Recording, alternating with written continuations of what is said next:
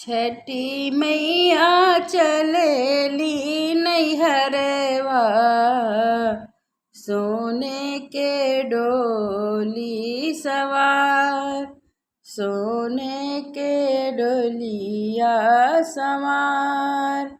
आगे आगे चलले सूरजमल, पीछे से डोलिया कहाँ, पीछे से डोलिया कहाँ। लाले पियर डोलिया सजावली, ओ पे चुनरी वहार, ओ पे चुनरी वहार।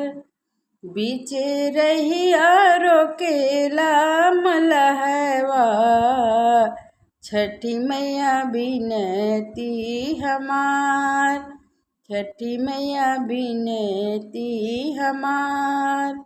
गंगा तीरे घटिया बनवली, लिपि पोती कैनी तैयार, लिपि पोती कैनी तैयार।